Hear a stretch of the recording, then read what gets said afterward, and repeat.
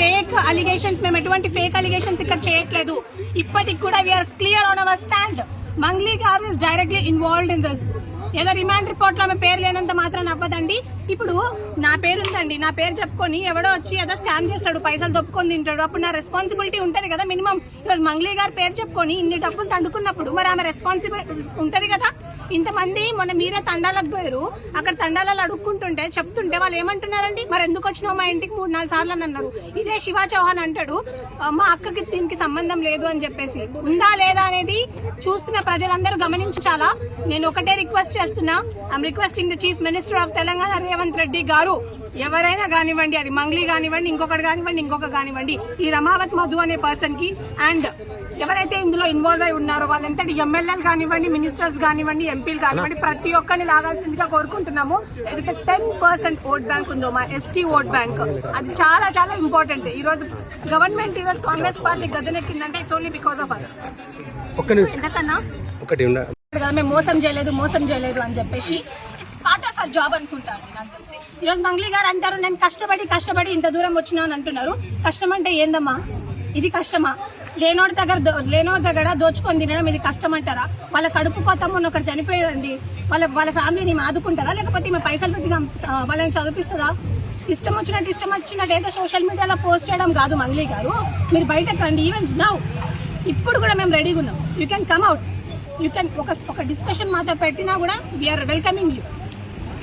అంటే హనుమంతుడి మీద ఒట్టేసి మరీ చెప్పింది కదా, హనుమంతుడి మీద ఒట్టేసి మా ఇష్టదైవమే వదిలేస్తున్నాను.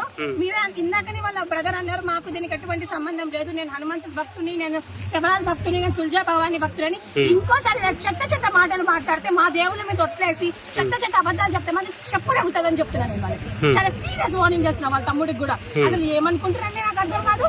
జాతి పరువు మొత్తం తీసి మళ్ళీ పై నుంచి ఇదంతా ఏంటంటే పంచాయతీ. ఈ రోజు నేను ఒకటే రిక్వెస్ట్ చేస్తున్నాను గవర్నమెంట్ కూడా, ఇలాంటి చెత్తగాల మీద యాక్షన్ తీసుకోవాల్సిందిగా కోరుకుంటున్నాను. ఫేక్ అలిగేషన్స్ మేము ఎటువంటి ఫేక్ అలిగేషన్స్ ఇక్కడ చేయట్లేదు. ఇప్పటికి కూడా we are clear on our stand. Mangli garu is directly involved in this. ఏదో రిమాండ్ రిపోర్ట్ లో ఆమె పేరు లేనంత మాత్రం అవ్వదండి. ఇప్పుడు నా పేరు ఉందండి, నా పేరు చెప్పుకొని ఎవడో వచ్చి ఏదో స్కామ్ చేస్తాడు, పైసలు దొప్పుకొని తింటాడు, అప్పుడు నా రెస్పాన్సిబిలిటీ ఉంటది కదా. మినిమం ఈరోజు మంగ్లీ గారి పేరు చెప్పుకొని ఇన్ని డబ్బులు తండుకున్నప్పుడు మరి ఆమె రెస్పాన్సిబిలిటీ ఉంటది కదా.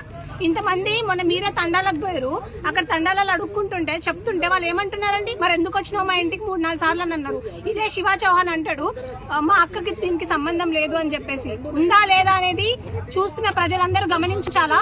నేను ఒకటే రిక్వెస్ట్ చేస్తున్నా, I'm requesting the chief minister of Telangana Revanth Reddy గారు, ఎవరైనా కానివ్వండి, అది మంగ్లీ కానివ్వండి, ఇంకొకటి కానివ్వండి, ఇంకొక కానివ్వండి, ఈ రమావత్ మధు అనే పర్సన్ కి అండ్ ఎవరైతే ఇందులో ఇన్వాల్వ్ అయి ఉన్నారో వాళ్ళంతటి ఎమ్మెల్యేలు కానివ్వండి, మినిస్టర్స్ కానివ్వండి, ఎంపీలు కానివ్వండి, ప్రతి ఒక్కరిని లాగాల్సిందిగా కోరుకుంటున్నాము.